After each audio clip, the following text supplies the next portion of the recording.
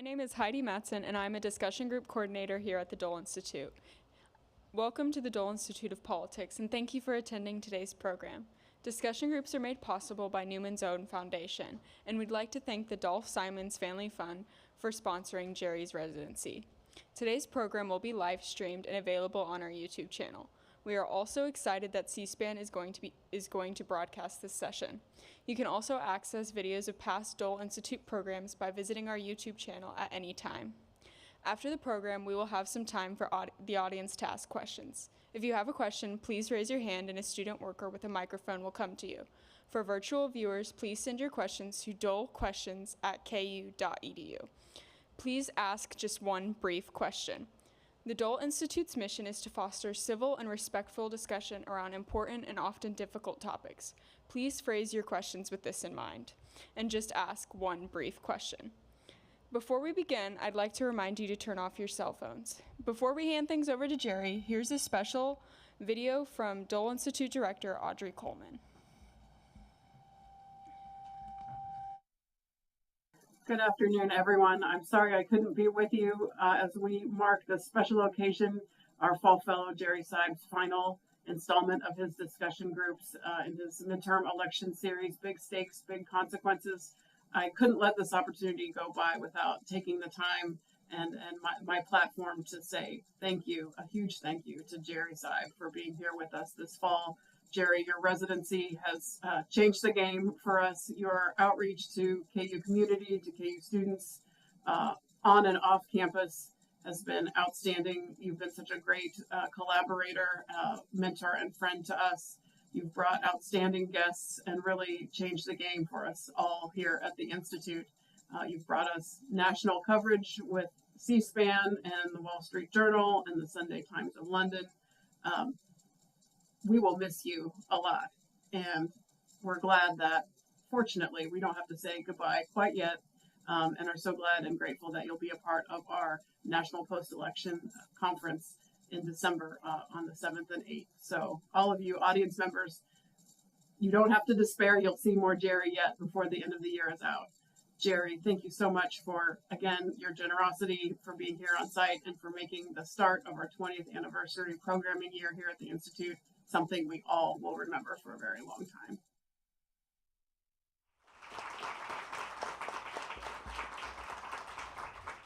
Now please join me in welcoming Fall Fellow Jerry Seib.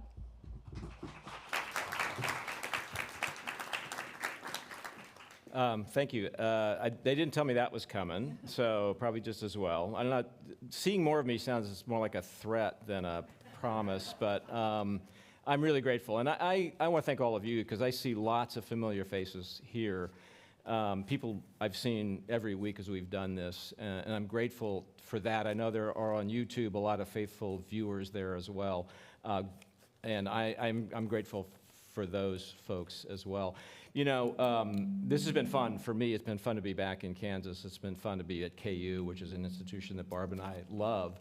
And it's been great to be part of the Dole Institute, because I think what the Dole Institute stands for is what I think we'll have for you once again today, which is a smart and civil conversation about politics. And there's too little of that in our society today to begin with. So I'm really grateful to you all for making that possible and for appreciating that when it arrives. You know, as Audrey said, the title of this series was Midterm Elections, Big Stakes and Big Consequences. And today we're going to talk about the consequences, because we've kind of seen what happened.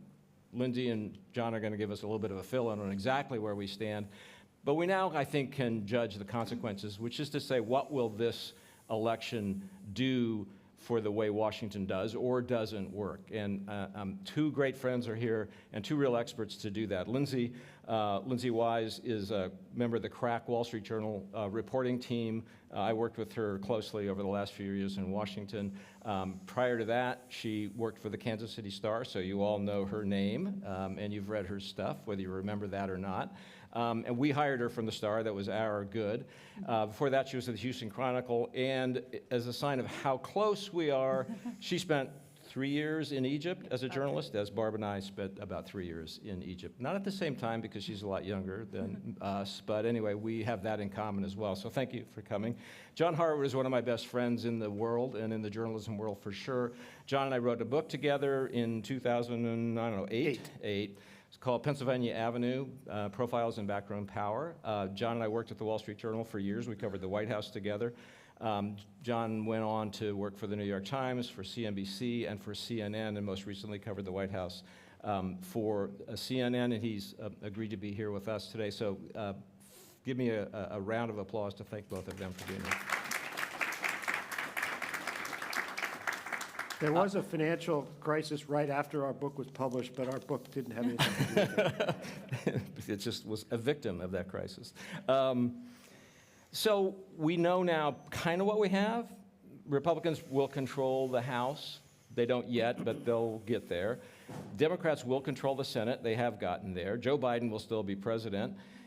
Is this a recipe for chaos, for gridlock, or for some areas of cooperation? Let me start with you, Lindsay. What do you think? I have to be honest, I'm in the gridlock camp. I think what we're looking at in the House right now, I was checking with my colleagues who are back on the Hill today, is maybe a 3 to 5 vote margin, which is very, very small. And as you guys may or may not be following this very closely, Kevin McCarthy yesterday had a vote within his caucus. It's not the official vote that happens on the floor to make him speaker, but it's like an early ballot. It gives you an idea of how many votes he has, and he was 30-some votes short of what he needs within his own conference. So he's got a ways to go, and the way you get to 218 from where he was yesterday is you're going to have to negotiate with the people who aren't yet on board backing you. And you can offer various things, chairmanships or, rule changes. And one of the things that the Freedom Caucus, which is a group of about 30 conservative members who often band together, and we're the sort of bane of Boehner's existence and Paul Ryan's.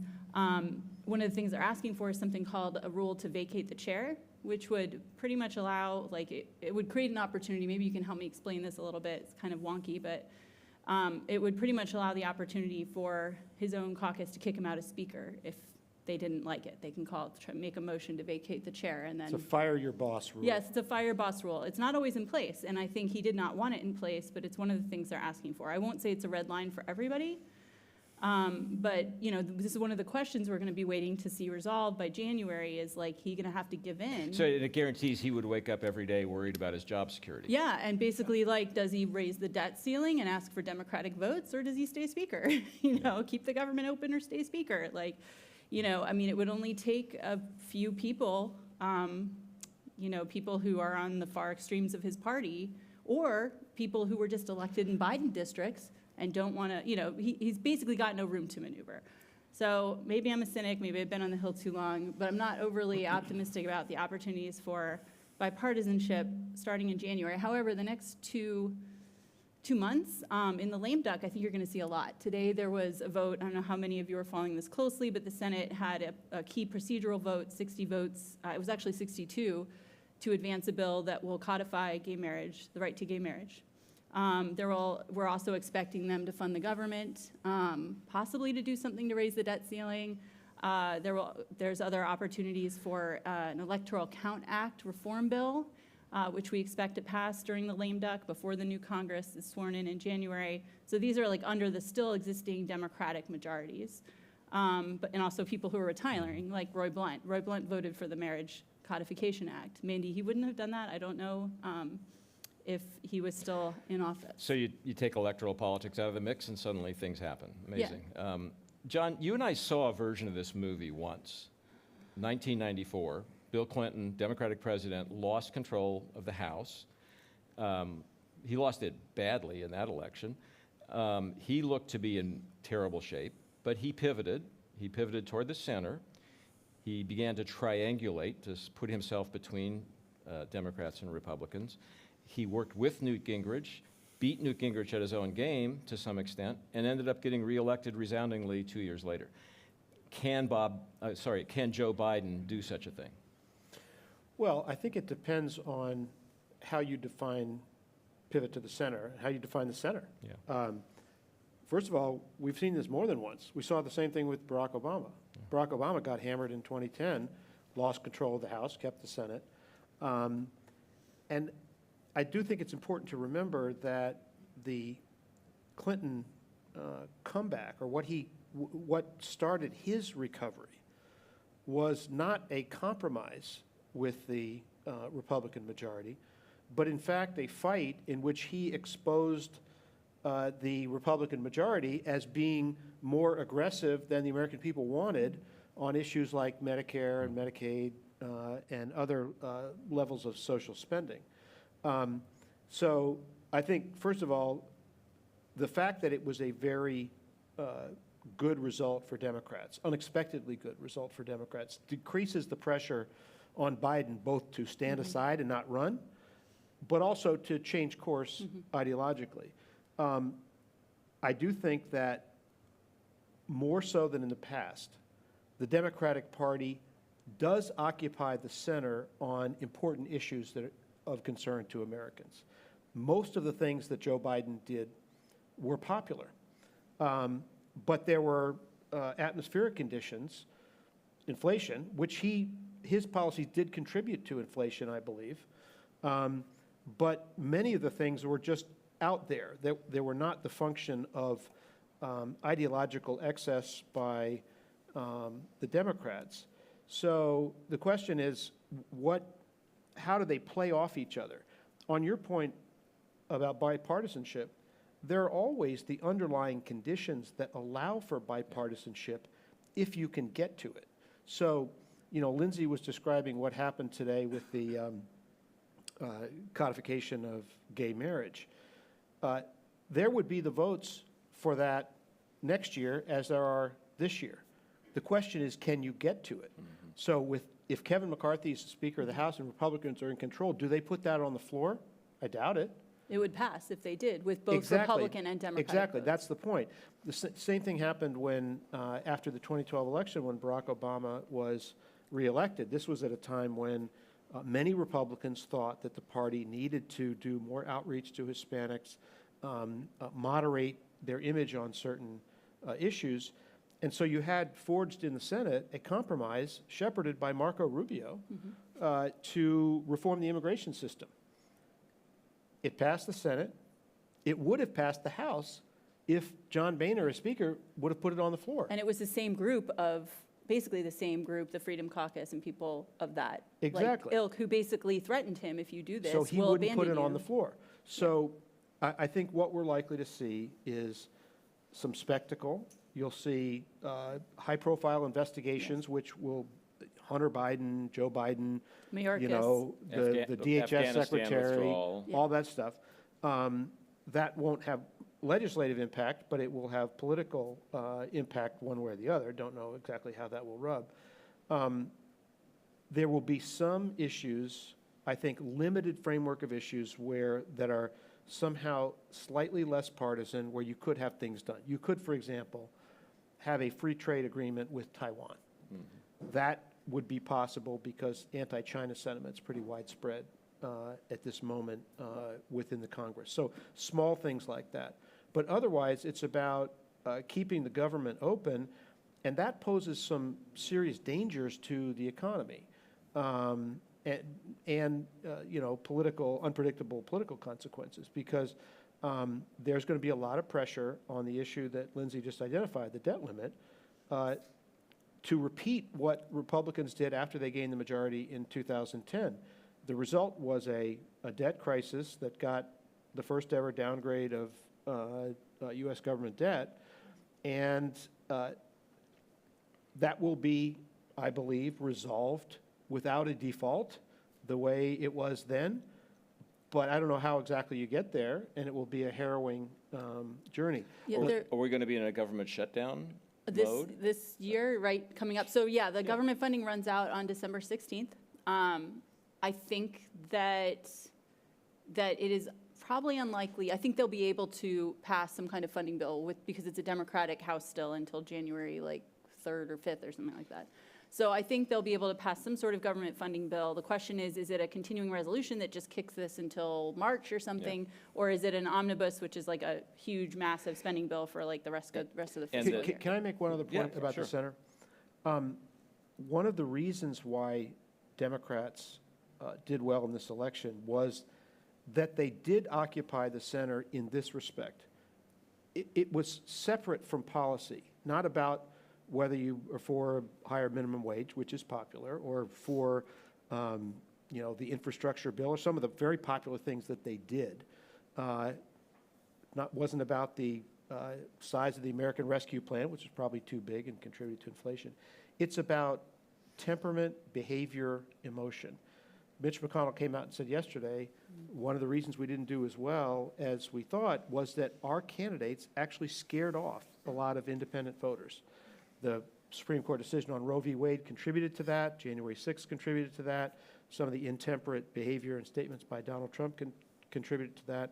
So if you define the center as calm, wanting orderly government, not trying to raise the temperature but lower it, the Democrats hold that center right now. And that's going to be a challenge for Republicans to try to pivot to that center. So it's not even really an ideological center. It's more of an attitudinal center. Right. It's a kind of governing tone kind of a center. And Lindsay, I think we saw that in Kansas this year. I think that's why Laura Kelly won re-election, as she managed to stand in that space in this state, and it worked for her. I think you could make an argument, and it would be interesting to hear what audience members who voted here think. But, from talking to people in Kansas politics and people in Washington, too, who were working on some of the races, like the 3rd district race with Sharice Davids, I feel like what I was hearing before the election was that I heard a story from someone who told me that they had come, a Republican operative who had come here to do a focus group and sit down and talk about Amanda Adkins and Sharice Davids in the 3rd district with random voters. And the first thing they asked, just to get a sense of the focus group was, what do you know about Amanda Adkins? And the first thing they all said was she used to work for Brownback. And the guy who was telling me this story, it was a Republican operative trying to help Adkins win, was like, that was it was over. Like, they knew that race wasn't going anywhere. And I think what's interesting is that as someone who has covered Kansas politics too, covered not so much the Brownback administration because I was based in Washington as the Washington correspondent, but obviously very familiar with how that all played out, I think that we are seeing, a sort of ripple effect, or I'm not sure quite how to describe it, but how many cycles now is it since Brownback was in office? 3? 3, yeah. And it's still having an impact here in Kansas. I've definitely talked to people, who voted here, who voted Republican except for Laura Kelly, or, I think that there is a sense in which, and you can't make an exact parallel, but which you could make an argument that Republicans could look to Kansas to kind of understand what may be also happening nationally in terms of, some people could view or have viewed Brownback's, Kansas experiment as a version of ideological extremism within his party. So I'm not saying it was or wasn't, but I'm just saying that some people came to view it that way. And I think the implications, like the blowback from voters, is still being felt here. And I think that what, maybe we're seeing nationally is also, like you said, and I think it was very striking to hear Mitch McConnell say that. And I've also heard some of his closest advisors saying that publicly, that they're afraid that the Republican brand now is scaring independents and middle of the road, and even center-right voters, and that they have a brand problem. Yes, it's related to Trump and election denialism, and you see it in Kansas where someone like Jerry Moran, who I think was very clear that he did not believe in, he didn't vote to impeach Trump or convict Trump or anything like that, but he made it clear he didn't believe that the election had been stolen. And I think that maybe we all sort of, in the journalism world, we're all wondering, did we miss the fact that this argument about democracy and the stability of our institutions maybe resonated more with voters, or certain voters, than Yes, we others. did miss it. Yeah, and we were talking earlier today when we had coffee. I mean, there was a post-election survey by Public Opinion Strategies, Neil Newhouse's firm. Neil was here, a Republican firm. And it found that 58% of voters said their top 2 elections were economic-related, jobs or inflation. But 56% said their top 2 issues were either abortion or the future of democracy. So I think that there was a sense that, well, those things had faded and that pocketbook issues would prevail in the end, and maybe not so much. John, let me ask you the really basic question. If you're going to cover Washington at a time like this, you have to ask yourself, who's in charge? Well, Joe Biden's still president, obviously, and Chuck Schumer's the Democratic majority leader in the Senate. Those are clear, but the rest of it's kind of fuzzy. I mean, if Mitch McConnell is the Republican leader, but he's been challenged by another senator, Rick Scott, which he has. If Kevin McCarthy becomes House Speaker, but he's been challenged by the Freedom Caucus, is he really in charge? And what about Nancy Pelosi? Tell me who's in charge in Washington. Well, first of all, I think Mitch McConnell cannot be compared to Kevin McCarthy in terms of strength and ability to function within his caucus. He's very secure within his caucus. He's been very effective from a Republican point of view. Kevin McCarthy is somebody who sort of tried to ride the waves up and down and has not moved. His progress in his career has not been the result of his strength or his own character attributes. It's been him trying to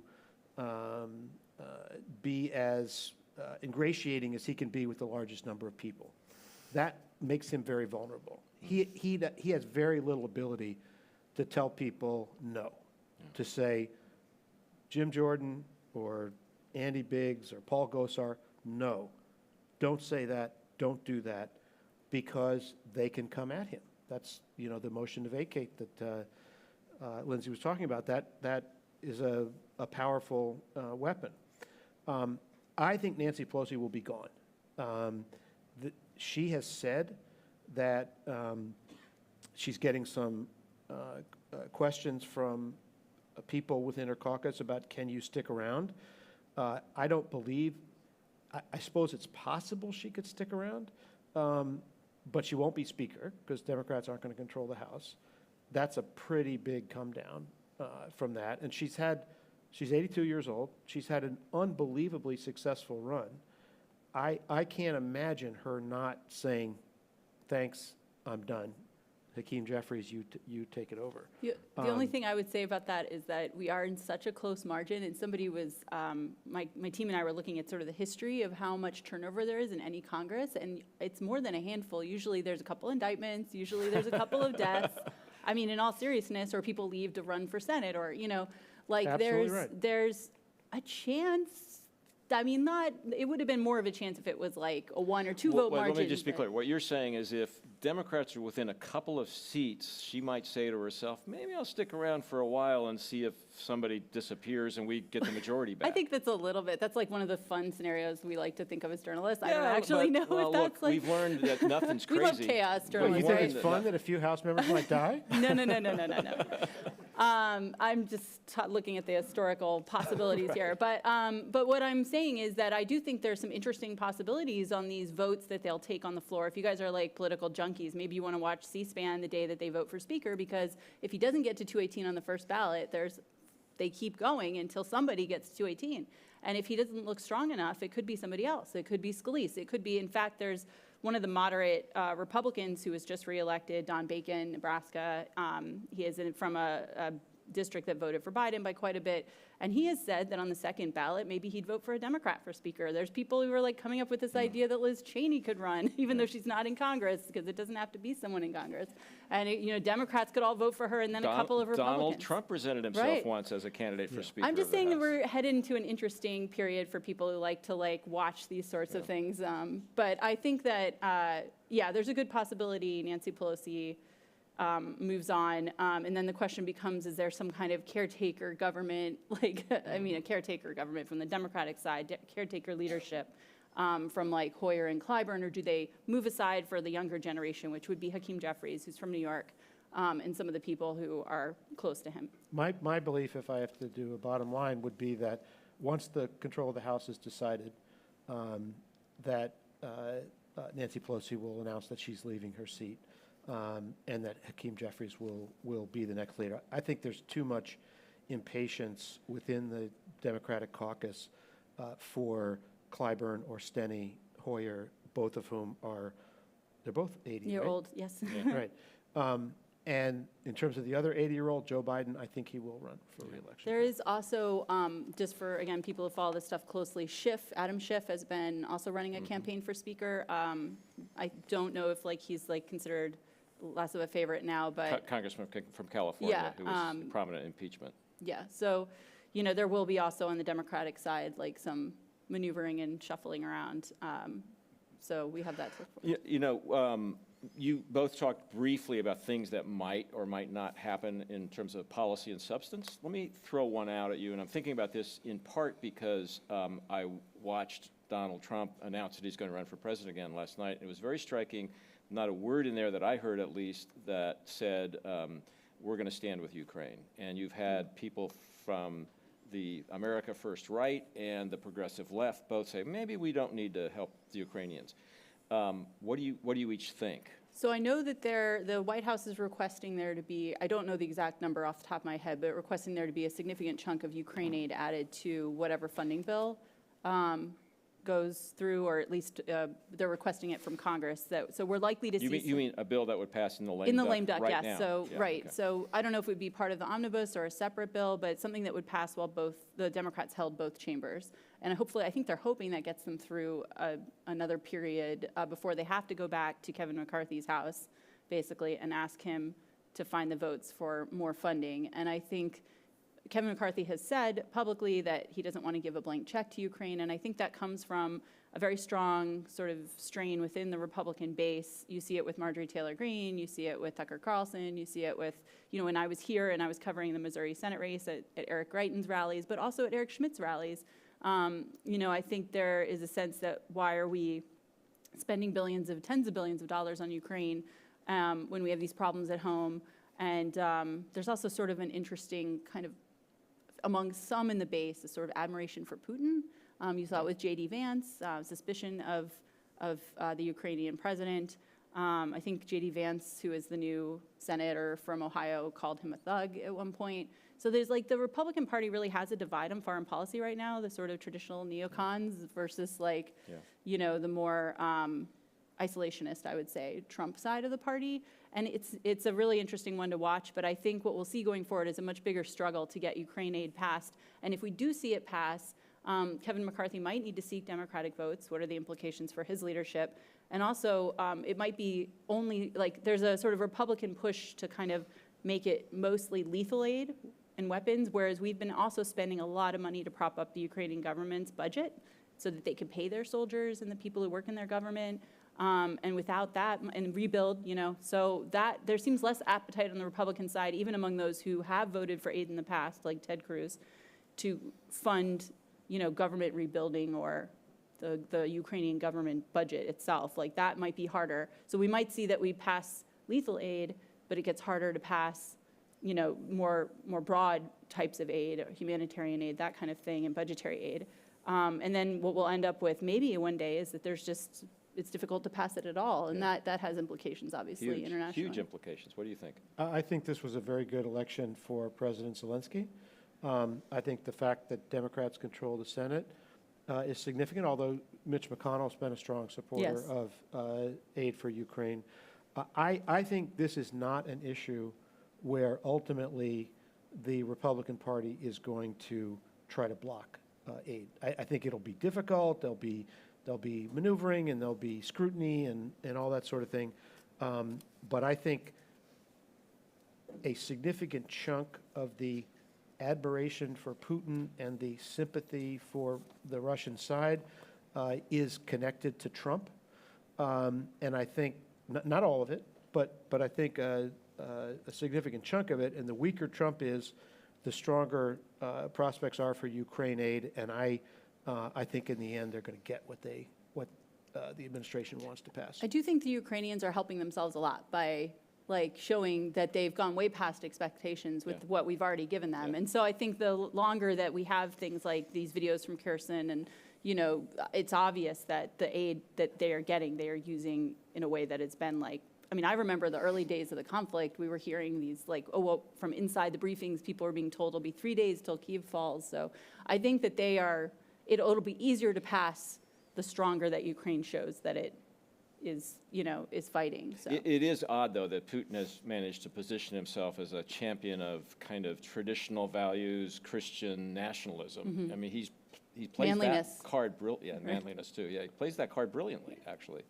Well, that's exactly what it is. And that's the part that is not, that Trump may have magnified, but it's not only about Trump. It's about strength. It's about putting down dissent. It's about preserving tradition.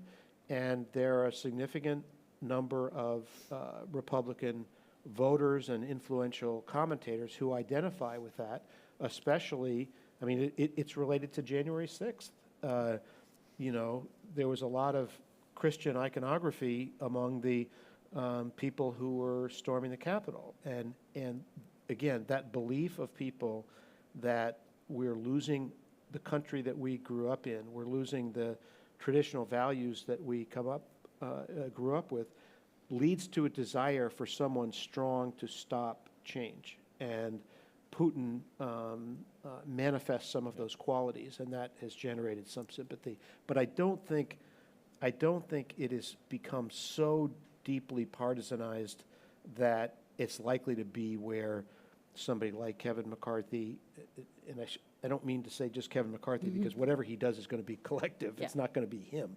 I don't think that's where they're going to lay down their marker. Yeah. I was just going to say that I think this kind of gets at, for me, a little bit about what you were talking about the Democrats and the Republicans and the center voters, because I think that one of the things Republicans, the sort of puzzle that they're facing right now, is that their base voters, we're very excited and revved up this election. If you look at the data, as far as I've seen it in our paper and the AP VoteCast, which is a giant voter survey that people use to analyze the results of the election, I mean, it showed that Republicans actually did turn out more voters than Republicans, and I think this gets at what Republicans turned out more voters than Democrats this election. I think that gets at what you're saying about people who feel very strongly, and I've spoken to voters like this, that their way of life or their traditions or America as they know it is being threatened, this thing that Trump has tapped into. And those voters are really, they would walk over broken glass, one of the operatives told me, to, vote against Stacey Abrams or whoever, vote against Biden. And they did. They turned out this election. And what's interesting is that, that's what Republicans need. They need those base voters to show up. It really helped them in places like North Carolina. But at the same time, in order to appeal to those base voters and get them really excited, some of these candidates did things and said things that then scared off the middle. And so you've got some people like Mitch McConnell and some of his allies and people in the sort of more establishment Republican Party saying, wait a minute, now we need to think about how do we appeal more to the middle? How do we not scare these voters? How do we fix our brand so that, but then you do that, and then the people who like Rick Scott and the people who advise him and people like Josh Hawley, I keep hearing from them, the problem is Mitch McConnell and the establishment doesn't understand or like their base voters, or, and they can't communicate with them and they don't understand them. You're describing a situation in both houses of Congress where there is now an almost open fight between Mitch McConnell, Bob Dole, traditional Republicans, and Trump Republicans, and reflected by the split between Kevin McCarthy and the challenges from the Freedom Caucus and Rick Scott versus Mitch McConnell. This is out in the open now. Yeah, right? Very much so. And I think that what's interesting is that I'm not entirely sure that either side is wrong. I'm not sure that Mitch McConnell and his crew understand the base voters and can know how to appeal to them or talk to them. And I'm not sure that, it's enough for Republicans just to gin up the base and not also be able to because they lost, by doing that, they lost independence. Right, and they went, so that's what the data also shows is that, what we were all hearing before the election and why a lot of people who were I was definitely surprised by the outcome of the election because I was talking to people seeing internal voting, internal polling and other modeling that they use with data and surveys that was showing that, and the sort of historical expectation is that independent voters or swing voters, people maybe are undecided in the final weeks of an election, that they tend to break for the party out of power, especially in an environment like this where the economy is poor, the president's ratings are very low. And that's just the traditional expectation. But that's not what happened this time. And so the question for everybody now is, why did the independent voters instead, especially in these Senate races in key states, break in huge numbers for the Democrats? I think it was in the double digits in Pennsylvania and Arizona and places like that. Yeah, it's very odd. The break at the end was more toward the Democrats, the party in power, than the out-of-party. It's a very unusual midterm. So some of it may be abortion, some of it may be this fear of extremism, and I think we're all still trying to figure that out. But I think Republicans are, at least some Republicans are starting to interpret it as, obviously some candidates who didn't know how to talk to the middle, and so they've got a sort of question on their hands. How does the party go forward? Bring those base voters along, bring those Trump voters along, don't lose them. But also, can they do that and also appeal to the middle and appeal to the broader general election public? And I think they're going to have to figure that out. So, John, inevitably, we need to talk about how this affects 2024. But before we go there, talk a little bit about on the Democratic side, what can Democrats do with a president and 50 votes in the Senate? And importantly, what can they do differently if they have 51 votes in the Senate, which is to say, if Raphael Warnock wins that last runoff in Georgia, what's the difference between having 50 and 51 votes in the Senate?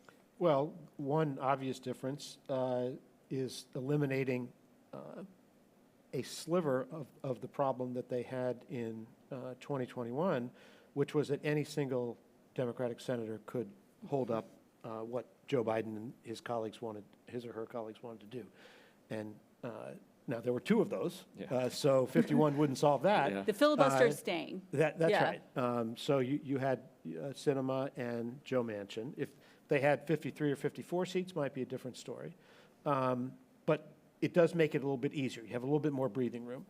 And the second thing is, when you get to the committee structure, when you have a 50-50 Senate, you've got an even balance in committees where you need to move partisan objectives like judges, getting or ambassadors, or ambassadors or cabinet members moved to the floor, and it makes it much more wieldy for the party in power to move those things along. I think that's the biggest. They won't need a power sharing agreement. So they'll have a majority on all the committees, even a one seat majority, and that makes it easier to move things along. There will be a lot of Biden judges. So people who think it now doesn't matter who wins in Georgia should think twice before they say that. I think that the number of federal judges, for example, he'll be able to pass more this way. Lifetime judges, that kind of thing. I think we're going to see the Senate become basically a nominations confirmation factory, and so it'll be helpful for the speed and volume of, obviously the executive branch nominees, but especially the judges. I imagine they'll try and get a record number in there. And that's what will fill the void of, you talk about legislative gridlock, not being able to pass a lot of legislation. That's true, but what will fill that void is a very brisk pace, I think, of judicial nominations and a smoother path for. And beyond that, on taxes, spending, climate change? So I think we'll see in the lame duck, we'll see maybe them take up tax extenders. I think also we'll see, I've heard China-related bills, there's a lot of bipartisan sort of feeling on that. Also, I think something on cryptocurrency regulation, perhaps. And they're also talking, this is beyond the lame duck, maybe next year. Maybe some stuff on big tech, regulation, privacy, that kind of thing. But it's going to be limited. Big tech, or at least. I don't know if they'll get so far as because there's actually a lot of division within the parties on trust busting in big tech. But maybe, there are bipartisan bills on that and on privacy regulation and things like that. So, John, let's talk about 2024. Donald Trump didn't wait, even a week before they took control to announce he's running for president. Despite the fact many in his party didn't want him to. Ron DeSantis had a fabulous night. Joe Biden had a pretty good night. How has this midterm affected 2024 calibrations? Well, I think it has helped stabilize Biden's position within the party, because had Democrats lost in a decisive way in House elections or lost control of the Senate, I think there would be people who would associate defeat with the fact that Joe Biden's 80 years old. And I don't think those two things would be related, but people would make that association and put pressure on him. So I think it makes it more likely that he will run. And Trump's announcement also makes it more likely that he will run, because part of Joe Biden's calling card and what he has identified as a purpose for him is to keep Donald Trump from becoming president again. So I think Biden will run, and I think he would have to be regarded as the favorite. All the human beings in this country, he's the most likely to be the next president. After that, I think the real question is going to be, Donald Trump is the most powerful single figure within the party, but he is a much less dominant figure than he was before. And can he convert the, does he stay in the race for president? Many intervening things could happen, health events, legal problems, whatever. I thought it was notable that Ivanka Trump put out a statement yesterday saying, I'm not going to be involved in politics this time. I don't think his family wants him to run, but he made the statement he did, and he will have the ability, if he sticks with it, to command a significant chunk of the electorate. And given Republican rules where you don't have to have 50% of the vote to get the delegates, he will be able to go far if he sticks with that. Beyond that, I think Ron DeSantis is the strongest other Republican at the moment, but that's only at the moment. I mean, you've got the potential for many other Republican figures to get in the race. But I think you talk about the pattern of what we've seen before. We've seen, first of all, as a general rule, most presidents win re-election.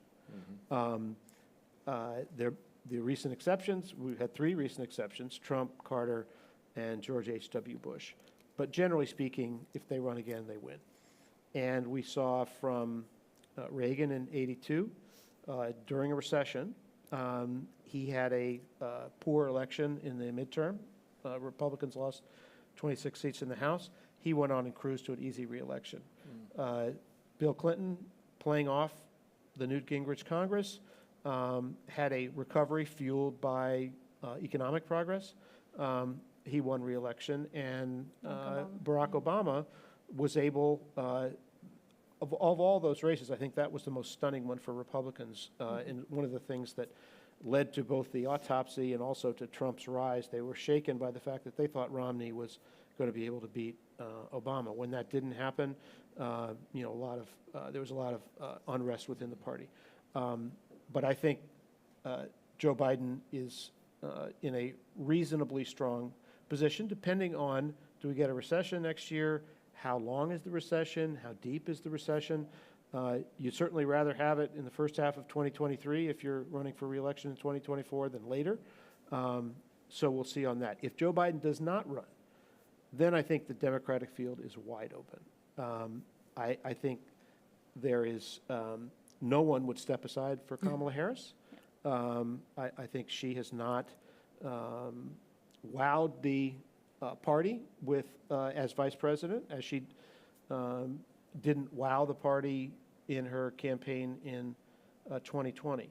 And then you've got a whole range of people, from Roy Cooper, the governor of North Carolina, to Pete Buttigieg, the transportation secretary, Gina Raimondo, the commerce secretary. Gretchen Whitmer. Gretchen Whitmer, We've the got governor. Shapiro, the newly elected guy Right. in Pennsylvania. Gretchen Whitmer is getting a lot of attention now as a result of her win, although she put out a statement today saying, I'm not interested in running for president. She'll put out a different statement if Joe Biden says he's not going to run. Yeah, that's how I see So, 2024 right now. Lindsay, handicap it as you see it, You mean the 2024 generally. Yeah, first I was going to say, because I meant to say this about the Senate race in Georgia and the, I'll segue into that, but like one of the Senate race in Georgia, one of the reasons it's important is Senate terms are 6 years. And the next 2024 is a very favorable year for Republicans. There's only like maybe one or two, the best Democratic pickup opportunities are Texas and Florida. So like if basically they lose a seat now, that's like a lot more likely that they would lose the majority next time around. So people like Joe Manchin and, John Tester in Montana are up. So anyway, I should have said that before. Yeah, So that's one good other point. reason why Georgia matters, if you're from either party. I guess like if in terms of I cover Congress, so like I know every senator thinks they're future president or leader, or both in the case of Scott, So I think it's interesting. I said Tom Cotton came out before the election saying he wasn't going to run. And why do you think he did that? I think he wants to be Secretary of Defense. Sure. I don't know, Okay. that's my guess, or something like that. Easier job to get, frankly. Maybe, yeah. And then I think, obviously you guys know Josh Hawley. He might run. You got Pompeo here in Kansas. He might run, in the absence of Trump, or maybe even if Trump is running. See, but this gets to the point I think is crucial here, which is that if you're Donald Trump, you've probably concluded you're not going to clear the field. He does not, as you said, John, he does not feel or look powerful enough now that people will stand aside and say, okay, if he's going to run, I'm not getting in. That's not going to happen. If somebody gets in to challenge Donald Trump, maybe 10 people get in. Right, that's the issue. Then you divide the anti-Trump vote If it was 10 head-to-head, ways. like DeSantis and Trump, I think Trump would lose it today. Yeah. In Iowa or wherever, or nationally. But it's probably not going to be a head-to-head. And so the question is, if it's Pence and Christie and, Hogan and Hawley and Pompeo and, if it's like Cruz, Rubio. Cruz and Rubio, right? Let's throw them all in Keep there. going. Scott, 3 guys from far to floor. Abbott. There's just a lot It'd of be these easier guys. to list- Kemp won by 8 points in Georgia, and he's hot commodity now, among Republicans who. Just list the people from Florida who aren't interested in being president. Right, that would be easier. hard, It'd yeah. be easier, yeah. So I think we were talking about the Republican side mostly. I think the biggest issue Republicans are going to have is they could probably stop Trump if they could all just agree for 9 out of the 10 to stay out of it. But I don't. It never happens. It does happen, sort of happened in 2020 on the Democratic side, but, in 2020, they couldn't figure out how to make that happen against Donald Trump. It's difficult, right? Right, and remember 2016, when Trump was emerging as a national force in ways that a lot of us did not expect, in 2016, there was a huge field of Republicans who thought they were the much more natural nominees than Donald Trump. They just sort of waited for him to dissipate and blow away, and it never happened. And they stayed in the race fighting, carving up that vote, and he got himself nominated. So I think there's no question that Donald Trump is going to be in a weaker position in 2024 than he was in 2016, but he's still got a lot of a big chunk of people who are loyal to him. This reminds me of the perennial question that I feel is almost a cliche at this point in newsrooms all over the country especially in Washington, is the fever broken on the Trump, the Trump fever, I guess. And the answer is always no. Yeah. So, I think we're all trying to analyze this election and certainly if you talk to Republicans, when I was in the Senate a couple days ago talking to Republicans, do you endorse Trump in the primary? And it's definitely shifted. Jerry Moran was I don't know. I think there's a lot of good candidates out there, people like Todd Young and, Lummis. Lummis was saying, I like DeSantis. He's the head of our party now. She's from Wyoming, very conservative. So you're hearing a lot of, well, I don't know, it's a big field. Let's see who rises to the top. And to outright people being he cost us 3 elections. We can't have him represent us again. So I definitely think inside the Beltway there, you're hearing that. But then you've also got this, and even Rick Scott, interestingly, was asked about this today after challenging McConnell, and he lost. But he wouldn't even endorse Trump, who endorsed him for leader. So I think that there's definitely not an anointment that's going to happen. But at the same time, I think that both Republicans and Democrats have to be cautious about this idea that, it's over, the Trump magic is gone. And also Democrats, I think, need to be, I'm not quite as bullish for Democrats in the interpretation of what this election means. I think they need to be very cautious about interpreting it in their favor rather than a vote that was against something else. And I think that if you look at the data, a lot of these independent voters are really angry at both parties, but we're picking a lesser evil in their minds. And I think that Democrats have to not, I think if I were them, I would not take it as some kind of resounding victory that means that they will dominate in politics for decades to come, and the Republicans have, and Trump is dead, and I remember in 2016, the Democrats couldn't wait to run against Trump. So I'm not ready to say that Trump can't somehow win if he's nominated. So I think we don't know what in the world is happening in the next 4 years, or 2 years, I guess. Or 1 year. Or 1 year, right, oh gosh. Yeah, so I think I'm a little bit like, let's wait and see on that. So I want to open it up to your questions. We have 2 microphones. Will and Heidi both have microphones. So if you raise your hand, I'll call on you. If you have a question, stand up so we can all see and hear you better. And remember, a question is a question and has a question mark at the end of it. So who wants to start? We can start there. Heidi, right here. Please stand up. Yeah, thank you. So you were talking about the sort of base red voter. What is the average age of that, and what is the Republicans' point of view on reaching younger generation? That is a really good question that I'm going to be honest, I don't know the answer to, but I do know that I believe that the younger voters in this cycle broke more for Democrats, especially in places like Michigan or places where abortion was on the ballot in some way. So I'm sorry, I don't have the answer to that. I'll try, if you guys can reach out maybe after, we can try and get you an answer. Well, I think the median Republican voter is older. And that's why you get some of a lot of the emotion around the idea that the country's changing, the country I grew up in is changing.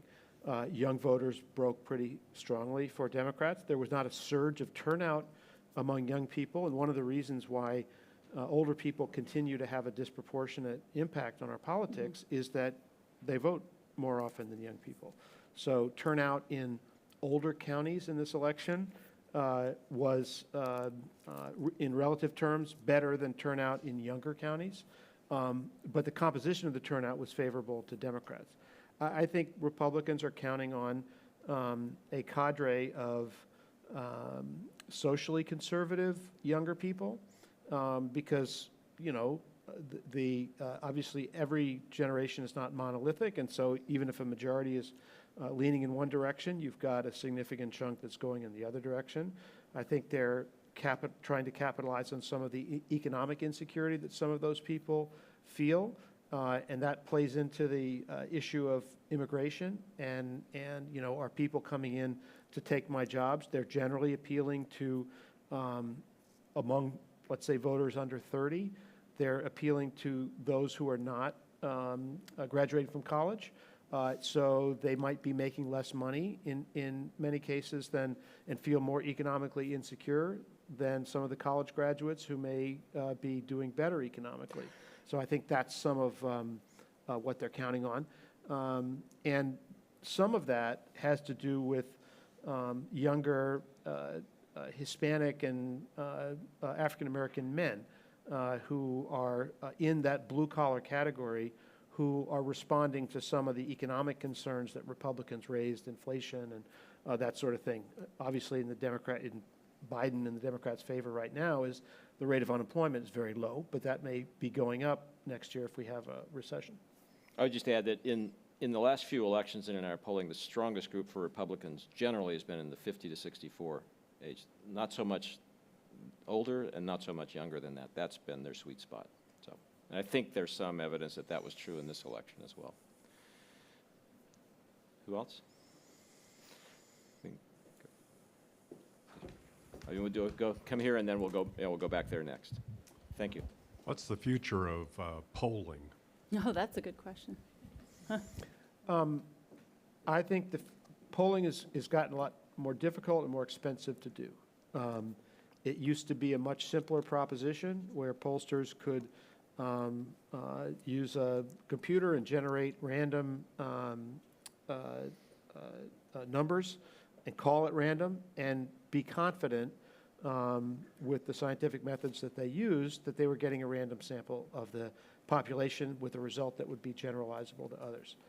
As landlines have declined, more and more people are on cell phones. You can't do random digit dialing of cell phones in the same way that you could with landlines. And people don't and pick many them up. people don't Yeah. answer their phones. And so how do you reach enough people so that you're not biasing your poll in favor of the oddball people who answer phones from unfamiliar numbers? So they supplement their ways of contacting people online, by text, and other ways. And I think that for all the difficulty associated with polling, and it is more expensive, and that's why media polls don't always tend to be as accurate as some of the polls that campaigns take, because they invest money to do everything they can to have the best information. The punditry failed a lot more than the polling failed in this election. Yeah. There was a lot of pretty close to the money polling in some of these contested Senate races, and even in the national assessments of where voters stood, the so-called generic ballot questions, which asks in a national way, would you rather vote for the Republican in your district or the Democrat? Those numbers weren't all that far off the mark. What happened was people like me in the punditry and analysis business take those numbers and then overlay onto it what our life experience has been in covering races. First of all, almost without exception, presidents have gotten beaten pretty badly in their first midterm election, so that was an overarching expectation.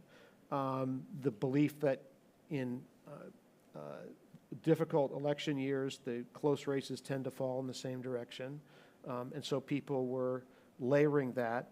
The belief that polling in 2016 undercounted Republican voters for some of the same reasons that we were talking about a moment ago. Republican voters tend to be more distrustful of the system, of elites, of the kind of people and organizations that conduct polls. So they're less likely to answer those polls. The pollsters refer to the social trust problem. And so people with lower levels of social trust, trusting that the person at the other end of the phone is who they say they are, trust that institutions are trying to get it right. Those kind of people have stayed away from polls and were somewhat undercounted in those elections. But those errors don't always go in one direction, and this time I think the biggest errors, though, were of analysis. Yeah, I agree with that, and I'll just add and plug our Wall Street Journal poll, which I'm still involved with. So it's harder and it's more expensive than it used to be if you're going to do it right. So we poll in multimodal fashion. We poll some people on landlines, fewer and fewer, some people on cell phones, and some people text to web, which means you get a text and it asks you to go online and respond to the survey. That way, we only poll among registered voters, not random samples, so we know that these are people who actually have a history of showing up and voting, so there's reason to think they'll do it again. And I will just add that in the last survey we had before this election, the national generic House vote among likely voters said that Republicans would win the national vote by 4 percentage points, and that's pretty much exactly what they lead by. They'll win the now. popular vote. The popular vote, not each district, but in the aggregate number of House votes. So we got that down right.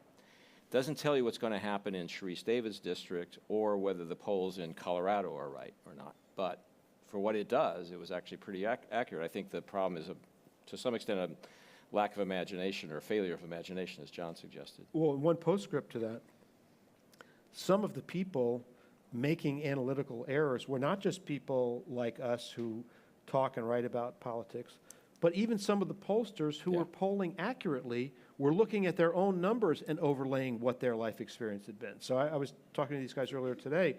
One of the leading Democratic pollsters in Senate races was at my house for dinner about 10 days before the election, and he's like, it's going to be really bad. It's going to be really bad.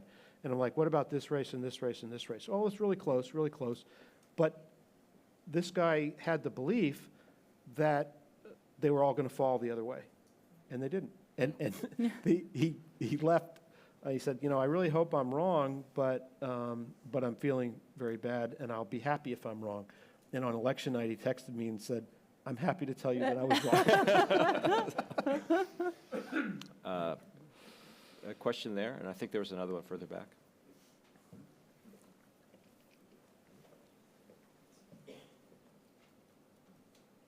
Hi, I wanted to, is it working? I wanted to ask about the prospect of January 6th committee. Some people were saying that it's possible, are saying that it's possible to transfer it to some of the Senate subcommittees.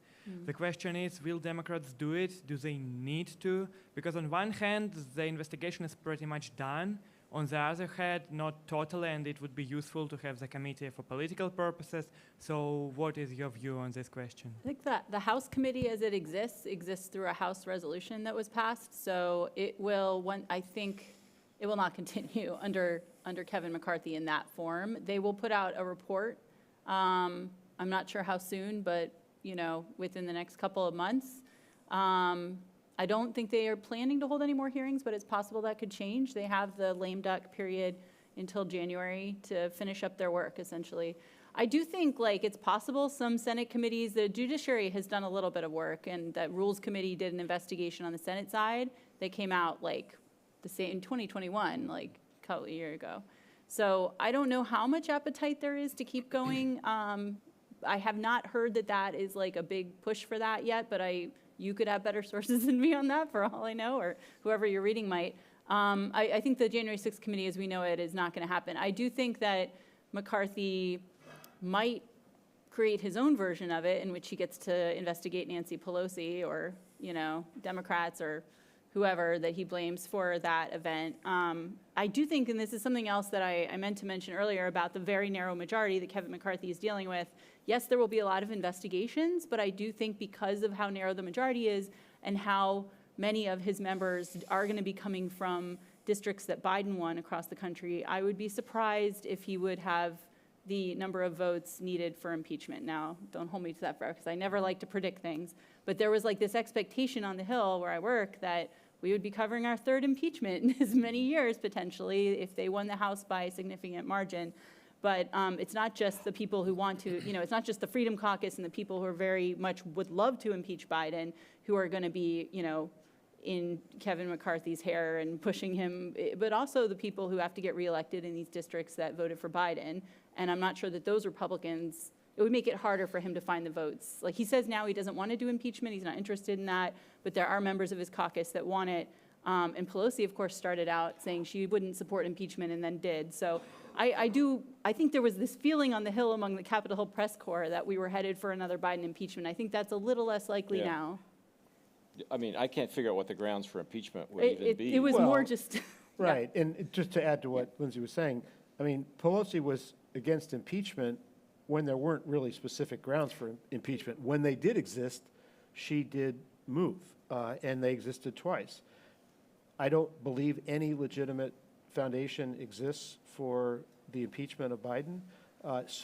And I think Lindsay's exactly right. There will not be the votes to impeach Biden.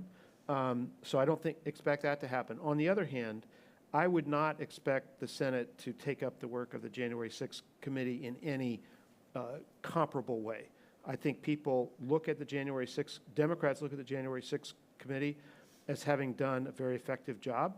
But I also think they're going to be a little bit sensitive to this notion of looking backward rather than forward. And, everyone remembers how dragged out the Benghazi investigations were on the Republican side. I don't think they want to look like they're doing the same thing on that. So I think we have time for one last question, and we'll go here, Heidi, if you can. Yeah. So for the past few years, it felt like everything was getting more and more divided. But this midterm election, it felt more like a race back towards the middle. Do you think that this was the first sign of sort of the temperature cooling down in the room, or was this caused by other factors? Well, what I would say on that is I don't think it was a race to the middle on the Republican side. I think it was sort of a race to the middle on the voters' side. They wanted to turn the temperature down, and that's why McConnell came out and said, our guys frightened some people. That's what that means. The other thing I think that we can't forget the significance is that for all of the talk about stop the steal and election denial, these Republican candidates, these Trump candidates who lost conceded their elections. Now, maybe something will happen in the next few weeks. You know, is there going to be turmoil in Arizona with Kerry Lake or whatever? But that is the dog that did not bark. We did not have violence at polling places. We did have these creepy guys with their faces covered with guns sitting there watching people vote. It didn't go, it was limited in scope, and it didn't go beyond that. And so I think anyone who cares about democracy and the fabric of the country has to be encouraged by the fact that that these candidates stood up and said, I tried my best and I lost. That's the most positive outcome for democracy that I see. I also think, so I agree with that, and also, like, if you look at the secretaries of the Republican candidates for Secretary of State, which is the top election official in any given state that were election deniers, were all defeated. And that's like, and also the governors who have to certify the election results that were election deniers were defeated. So I think that has big implications for the next cycle and next couple cycles. I think also, though, we're going to see in Congress, I mentioned this earlier, but I'm not sure how many people are familiar with this bill. It's a bipartisan bill, the Electoral Count Act, which is to reform this, like, I don't know, what is like 150-year-old or something, 180-year-old law, the one that requires... It was all before you were born. Right. It's the law that requires Congress to meet on January 6th and formally count the electoral votes. And that's what they were doing in a joint session on the day that there was a riot on the Hill. And usually it's just like a, routine, almost symbolic thing that they do. But there was obviously, Trump introduced this doubt that the vice president had some ability to overturn that results, and Congress could overturn the results. And while there were obviously Pence and other lawyers disagreed with that, that was something that I think created a lot of concern on the Hill. And I think what we'll see in the next few weeks during this lame duck is a very bipartisan,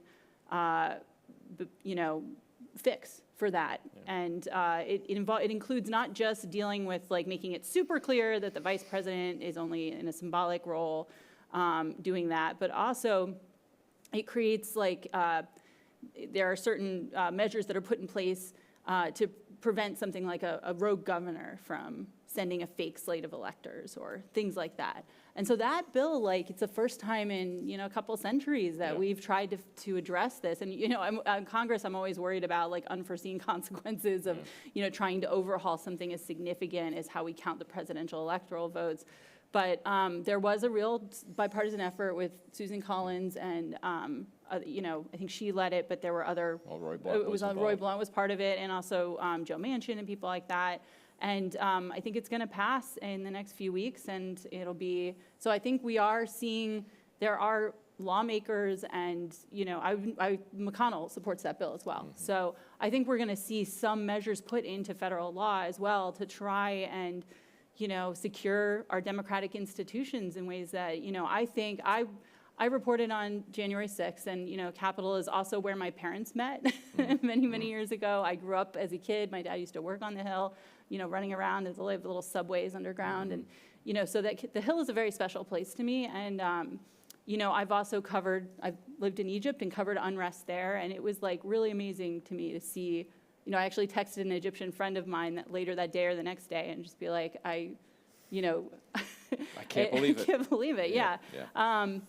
And it was an interesting, I think a lot of people on the Hill were shaken by it. And it's not always apparent because, there is a sort of difficulty in talking about it on the Republican side. But I think don't miss the fact that there's going to be very significant legislation passed in the coming weeks that really try to tackle some of the problems that were exposed by that and how close we came to, like, really within feet and inches, if you know the Hill and you've seen those videos, like, of these guys, these rioters getting to Mike Pence, getting to the Senate, while there were still people inside, also in the House side. So, like, it was a matter of, like, moments and inches.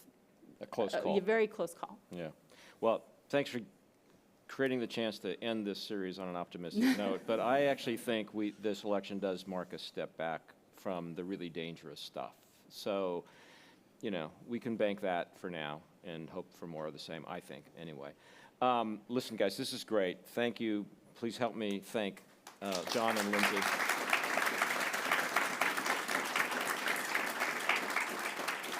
And I also want to, again, thank you all for being here. You know, it's nice to see people who care about the stuff we care about, and I appreciate that. Also, as Audrey said in the video, we're not quite done here yet. There is a post-election conference, which is a traditional thing at the Dole Institute. It's quite good. I've participated in the past. There's one on, Sarah, you'll help me if I get the dates wrong. December 6th is the Kansas one. December 7th and 8th is a national look back at what really happened in the election. So keep an eye out for that. It'll be fun. It's always been a good event, and I hope all of you can come by and tune in and join us. So anyway, thank you all again. Appreciate it very much.